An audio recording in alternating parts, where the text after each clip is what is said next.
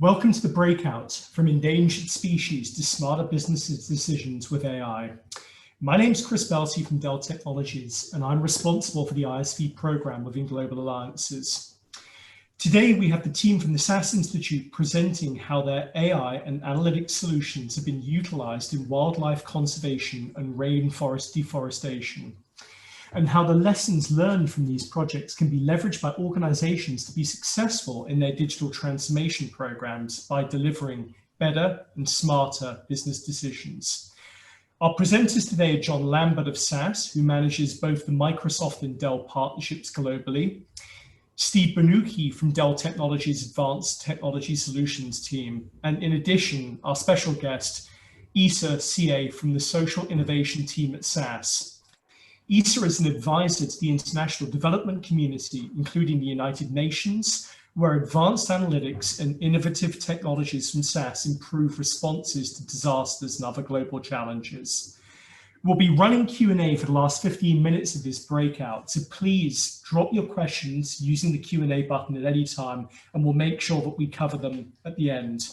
So let's learn some more about how SAS excels in these fields and how the partnerships of Dell Technologies and SAS simplifies the complexity. Issa, over to you. Great, thanks so much, Chris. Hi, everyone. My name is Issa CA, and I'm from SAS's Social Innovation Division, and we lead a lot of our data for good efforts across our company. And essentially what that means for us is this is just our way of giving back, to be able to take the data and analytic skills that we have and offer commercially, but to be able to use them for social impact, to come alongside some of the most pressing issues and the folks on the front lines of those pressing issues, and see if we can help them. And you might wonder, well, how does one go from protecting endangered species, and how does that relate to making better business decisions, and what does that teach us? And the truth is, it actually teaches us an awful lot. And it's not why we started doing it, but it's not a surprise, I guess, when you're helping these nonprofits and the folks on the front lines of these issues innovate, right? That those innovations carry and transfer back over into some of the problems and challenges that our customers face on a commercial basis. So we thought we'd share some of that with you. Here at SAS, our mantra is to be curious, right? That's it. What a great way to live. And for us, we try to make the technologies that help curious people find the answers to the things that they're curious about.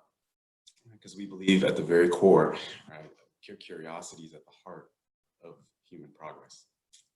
So let me tell you real quick about a project that we started a couple years ago now, back when artificial intelligence was first coming onto the scene in terms of companies really talking about it, trying to figure out what it was. And so,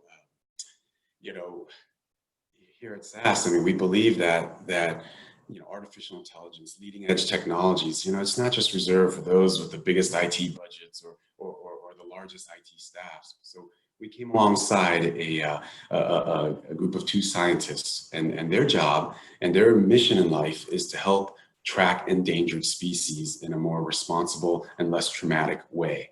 And so the folks from WildTrack, we're trying to figure out, how do we, other than taking a crew out and darting a cheetah or a rhino, which one is very expensive and two is very traumatic on these animals, is there an easier way, a better way for the animals? And so as we started talking with them, and here are Zoe and Sky from WildTrack on the Land Rover with their Dell rugged laptop, at the end of it, we thought, okay, not everybody can dart a rhino, but you know what? They all leave footprints, right? And how many footprints does a cheetah leave every day? And they've been studying footprints and these endangered species, and it turns out that these footprints are unique enough to be a unique identifier to a specific animal. So you can tell not only the type of animal, obviously, but also the sex, the age, and so forth. And so we brought some of our best AI folks alongside these two scientists, and what we try to do here at SAS and with the whole Dell SAS partnership is to just simplify the complex, right? To take the complexity out of doing really neat things with technology. And so if you look at a problem like this, where you want to take a picture of a footprint, well, what time of the day is it? You know, where are the shadows in relation to the sun? If there is sunshine, what kind of substrate is it on? Is it in mud? Is it in sand? Is it on hard ground?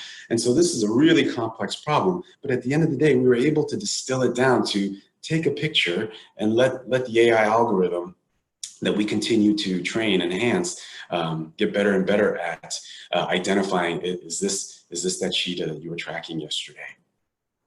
And so what do we learn from that project? You know, again, that came out 2 years ago when people were just trying to understand the art of the possible, what was possible with AI. And by addressing this problem and sharing that with some of our customers, you know, it really ignited their curiosity in terms of, one, sports equipment manufacturer, excuse me, saw the video and said, hey, we'd love to talk about using some of those concepts in our manufacturing facility. You know, one of our law enforcement customers came and said, wow, hey, this is a wonderful project. Can we talk about how we might be able to use that, you know, for human footprints at crime scenes and so forth? And so that was 2 years ago.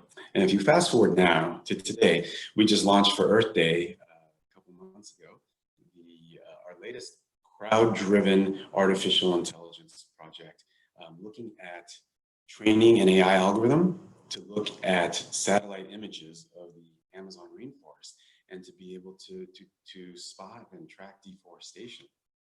And so at its core, it's and so a couple of new elements here, right? We're learning how to engage the masses in a way that's fun and easy for them. And actually, this was a pretty neat exercise for my children to do as we were under lockdown due to COVID-19.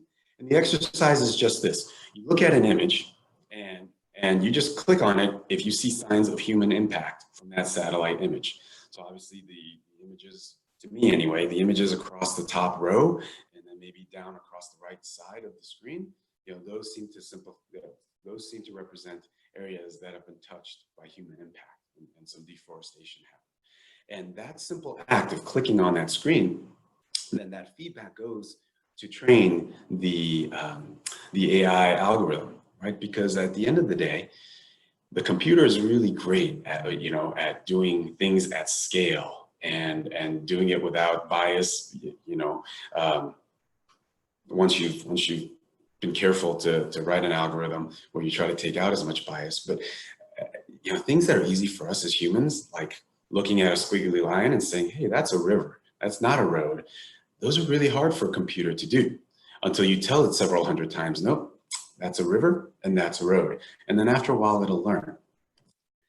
And so, you know, as we launched out on Earth Day and we started to just help people monitor the progress, I'm pleased to say that, you know, we are about 80–85% of the way there just in the last couple of months that we put it out, and we help people map progress in terms of, you know, how many square kilometers that they've profiled.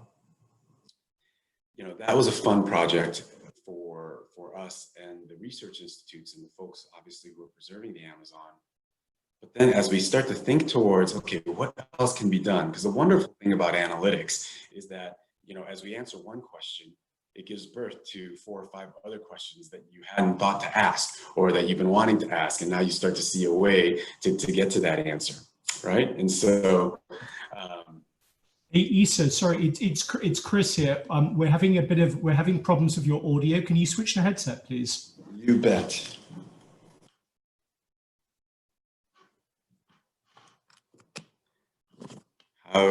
How does that sound? Give me a thumbs up if you can hear. Is this any better, Chris? Yep, that sounds a lot better. Thank you.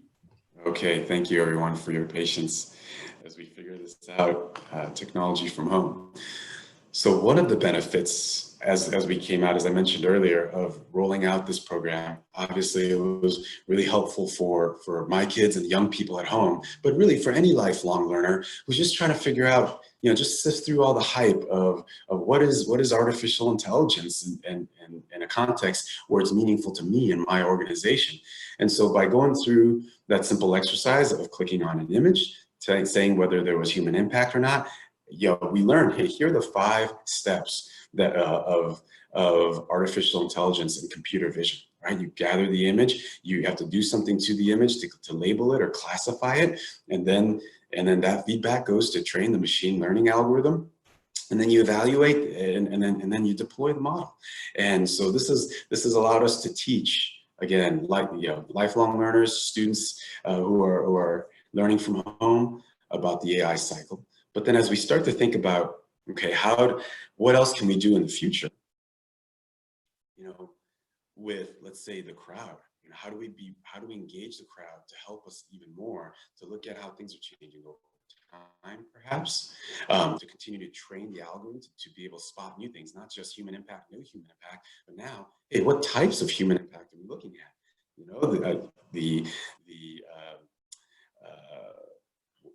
When you look at a satellite image of a gold mine versus like an agricultural,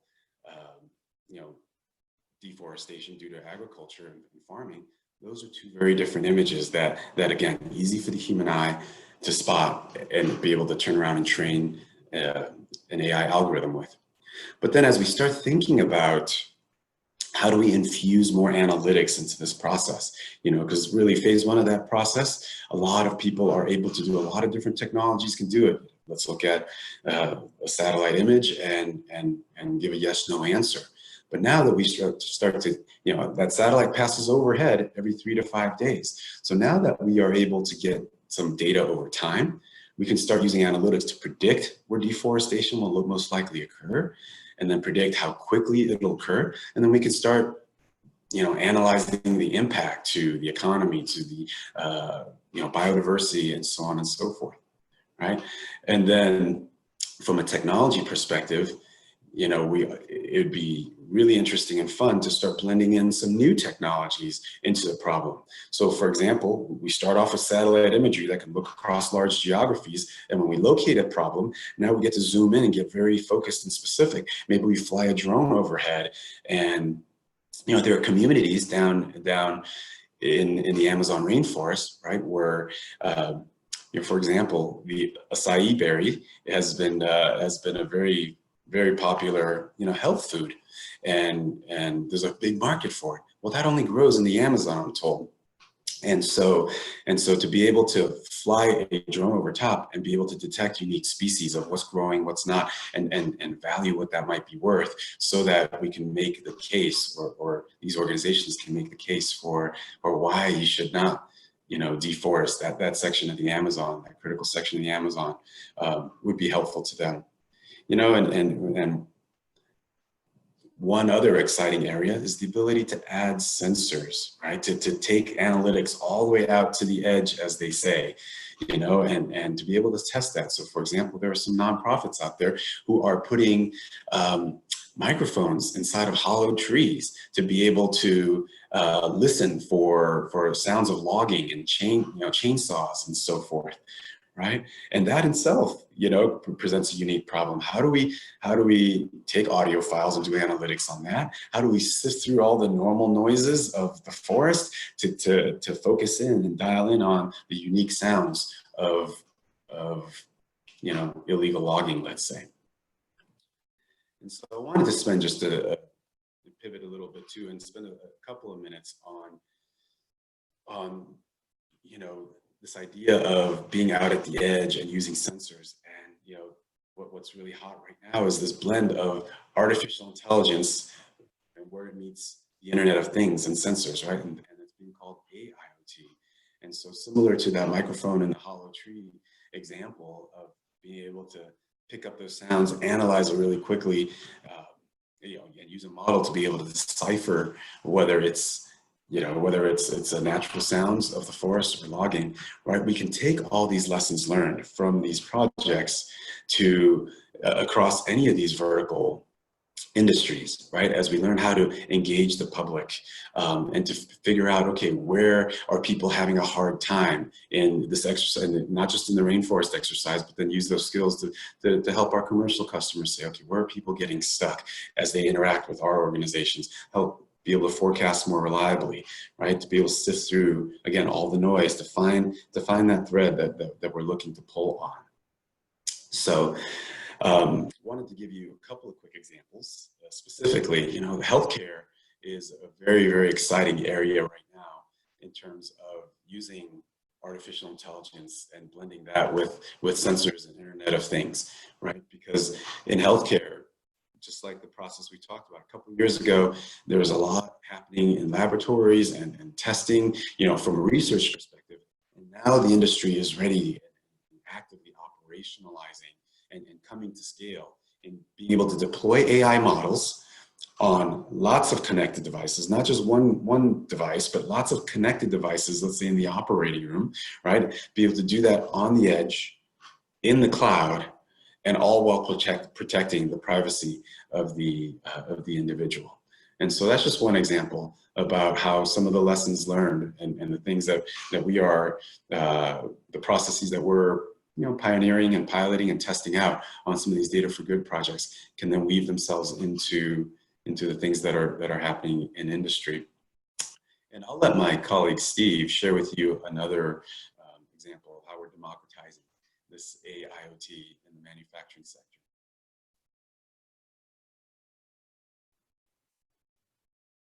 Steve, I think you're on mute.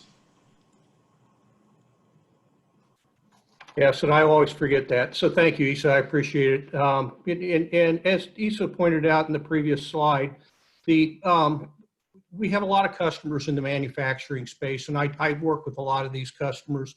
One of them that came to mind in the previous slide was medical equipment manufacturing, and this is a very high demand process that we work with SAS in order to make sure that they have the types of tools and support they need to be able to create the equipment, but also to very high levels of standards that we as customers require. Automotive manufacturing is very large, and automotive, much like retail, they don't want to have parts sitting on the shelf. They want to have parts as they are required. And so it's manufacturing, you know, being able to analyze the part availability and having it there as it's needed.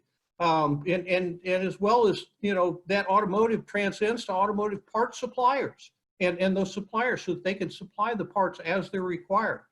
I have several customers in the manufacturing space in oil and gas, pipeline and equipment manufacturing.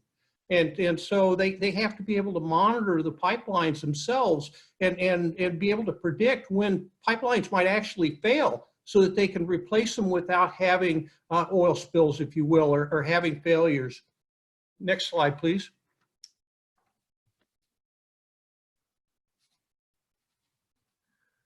So Dell and SAS offer an edge to enterprise architecture that enable customers to unlock the value of their IoT data.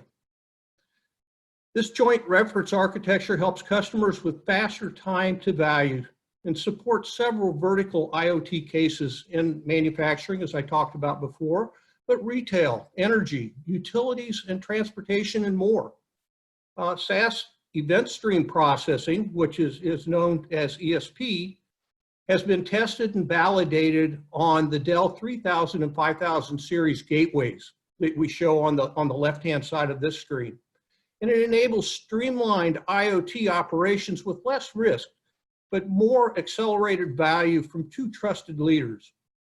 This, combined with Dell Technologies' solution for SAS Analytics, which supports SAS 9X platforms, SAS Grid, and SAS Via, helps customers simplify the complexity of deploying, scaling, modernizing SAS environments with significant performance benefits while reducing overall costs. Can we go to the next slide?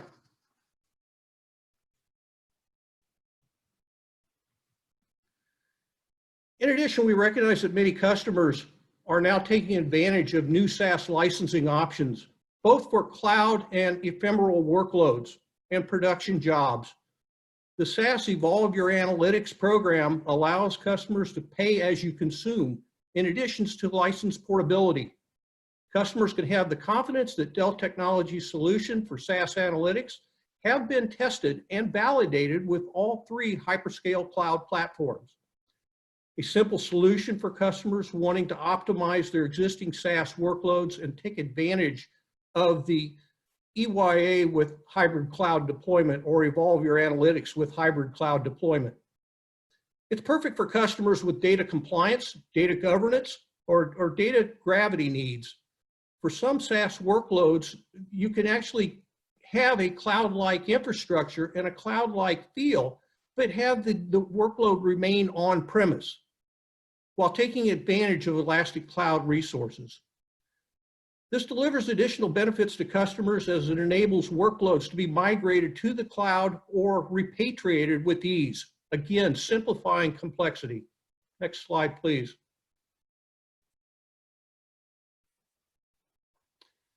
So as a result of this strategic partnership between SAS and Dell Technologies, the Dell Technologies solution for SAS analytics has been designed and optimized to overcome many of the challenges customers face in deploying and scaling SAS environments. The choice of Dell Technologies PowerScale offers a number of advantages as shown on this slide. We reduce costs and risky data migrations. And as you know, as you've done data migrations, they can be very costly and very risky. SAS actually has migration procedures. So there is a proc migrate. So you don't have to do just proc copy. So there is a SAS migration procedure. Dell also offers you non-disruptive, several different migration opportunities non-disruptively. And we make it easier to monitor through automation and sustain the workloads, the SAS workloads, and support them. Shorter installation and deployment times, and accelerate the path to a hybrid cloud. Operational efficiencies in managing storage and siloed applications. We can use our quality of service automation to actually guarantee performance for specific application workloads, while keeping them from stepping on other necessary production workloads, and avoid bottlenecks and hotspots, automatically. And so we can provide this scalability and automatically relieve those hotspots. Next slide, please. So we work with the SAS Performance Lab to test what was previously EMC storage equipment. Now it's Dell EMC and Dell Technologies equipment. We work with the SAS Performance Lab, and we did a test with what was then called VX Rack Flex. There are other options depending upon what you purchase. Could be VX Flex, and that has now been renamed to PowerFlex.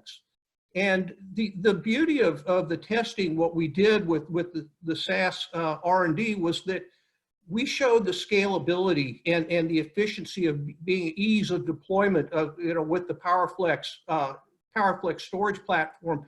That it was very easy to deploy. It was very scalable, and SAS actually had to kind of reinvent some of their workload tests and make them stronger and more intense to be able to actually drive the PowerFlex platform that we had available.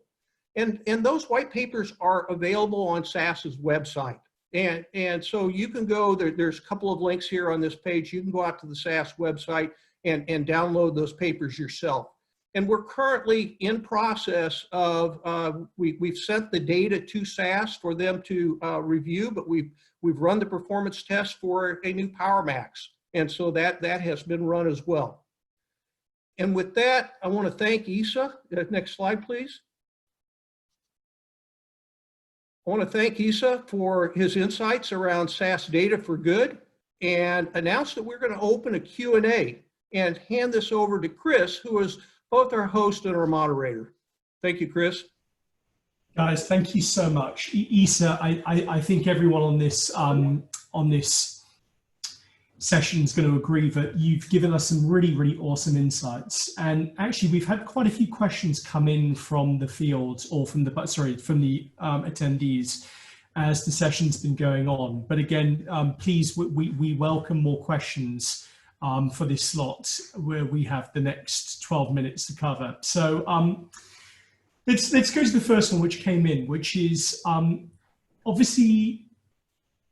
Oh, sorry. Are there examples of where Dell and the Dell and SAS partnership have delivered these benefits and outcomes? John, maybe you, in your role managing the Dell partnership with SAS, you'd be in a good position to answer this one. Yeah, you bet, Chris. Thanks, and thanks, Isa and Steve. And really to touch on some of the points that both Isa and Steve covered: speed, simplicity, and trying to drive cost out of the equation. So we had one particular client that comes to mind, a fairly large global bank, effectively trapped in a modernization play, challenges of SAS workloads, running across disparate environments in various data centers, fairly high operational costs, and a challenge in terms of how the end user could innovate and take full advantage of the SAS infrastructure. And through a lot of the work that Chris touched on, as well as Steve, with our R&D organization working hand in hand with EMC and now Dell Technologies, we've fully tested and validated SAS workloads running on the Dell infrastructure. And that gave our clients a level of confidence that they're going to get the optimal I/O throughput, which is critical for driving modeling in a SAS workload. This particular client, this bank, was at risk of running into non-compliance around several U.S. regulatory requirements. CCAR and CECL were two that come to mind. And as a result of really the tight work that SAS and Dell Technologies do, we were able to architect a platform for this customer that drove true innovation for them and delivered the kind of speed that our clients are looking for, and effectively turned this client into a showcase across the globe in terms of what's capable in terms of modeling SAS workloads on Dell infrastructure. So that's just one of the great examples of really the close work that we do from an R&D as well as a go-to-market perspective. Chris, back to you with any other questions.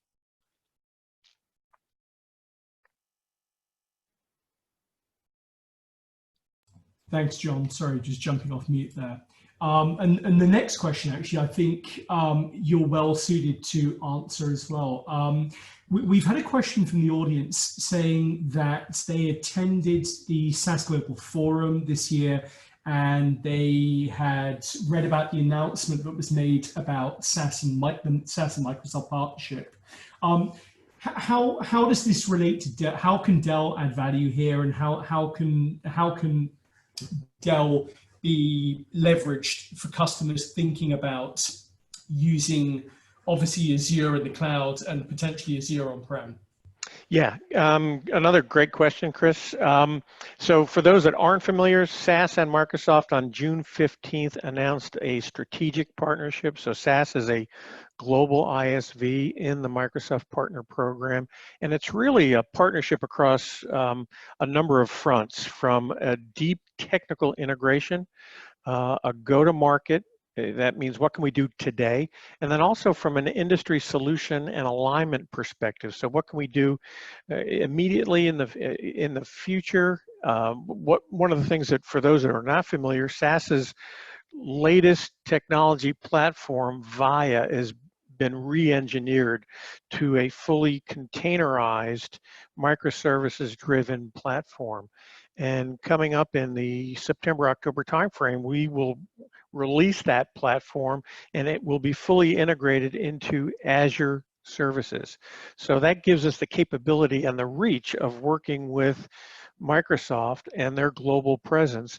And the good news is, with a microservices container-driven platform that is fully integrated into all of the open source technologies, we can now, working and leveraging the work done with Dell Technologies, take advantage of all of our customers who are running production level workloads on premises and burst those into the cloud if that is one of the methods that a client is looking to deploy their container-based SaaS workloads. So it gives us a great deal of flexibility to support really spinning up data science workbenches, spinning up rapid deployments of SaaS, leveraging Azure technology, but more importantly, also leveraging the infrastructure from a Dell technology standpoint in supporting really a hybrid on-premises and cloud-based support model.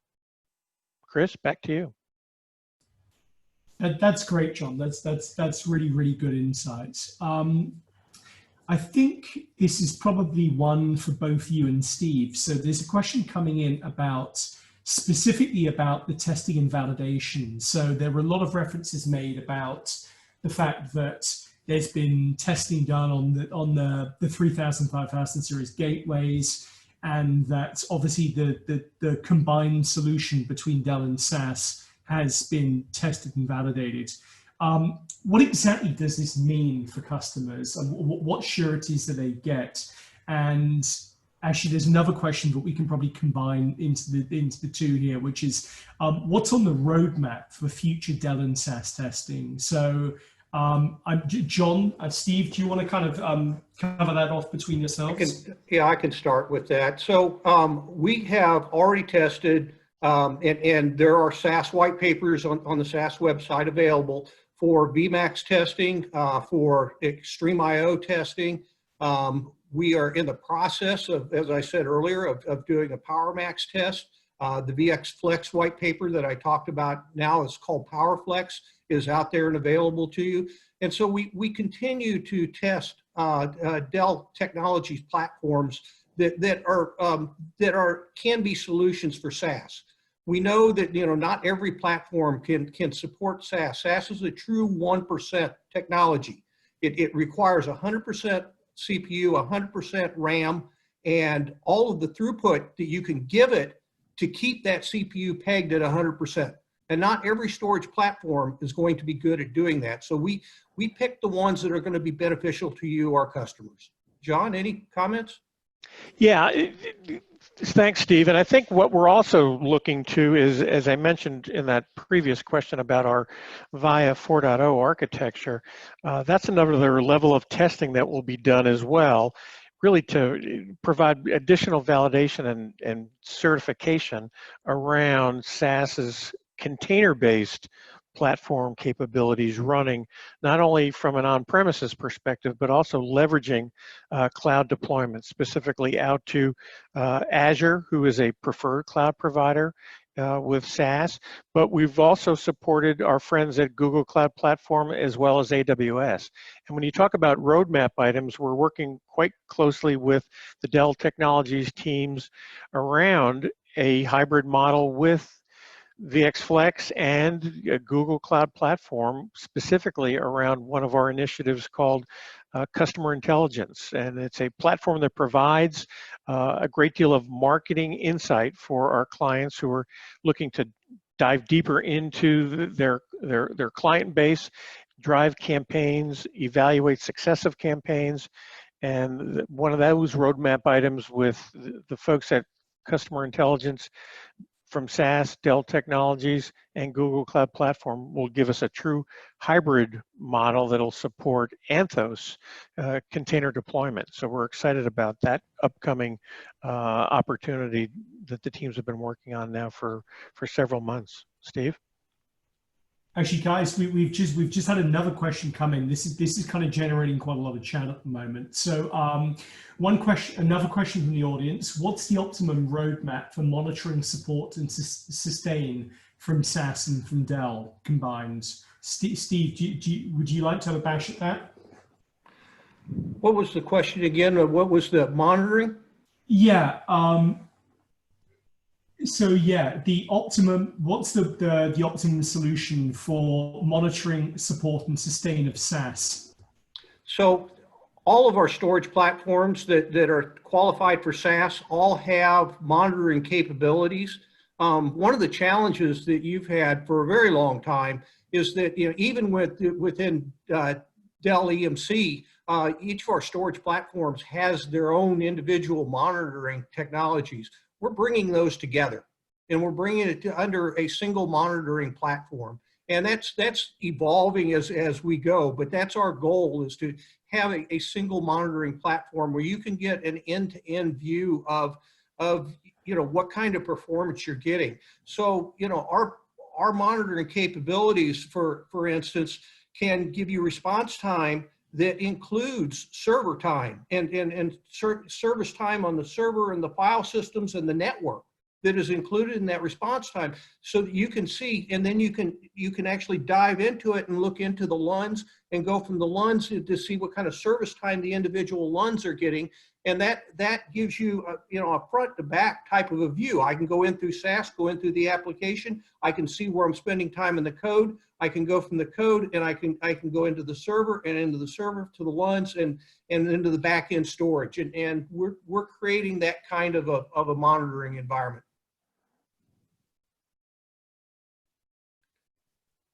Chris, That's back great. to you. Thanks, Steve. And I realize that we're getting close. Well, we're on the top of the hour. I think we can probably squeeze in one last question, because the keynote did overrun at the beginning. And this is definitely one for Isa. So Isa, you have obviously, sorry, I'm just reading the question. Right. Oh yeah, I understand. You've obviously given some examples of SAS's program Data for Good. Are there any examples, or are there any plans for SAS and Dell Technologies to partner together on philanthropy programs? Yeah, that's a great question. Can you hear me okay? Yep. Yeah, there are. It's just so exciting as we delve into this partnership more and more. SAS's Data for Good efforts and our social innovation team are weaving in tighter with Dell's social innovation team, by the same name as well, on the Dell side, to look at how we can bring analytics to help the Dell Foundation do what they do so well, but to do it even with more insights, to come along with them with enabling technologies for the nonprofits that they serve. Big passion on the Dell Foundation side to, from an education standpoint, to help the underserved children around the world. And, that's always been a passion for our founders.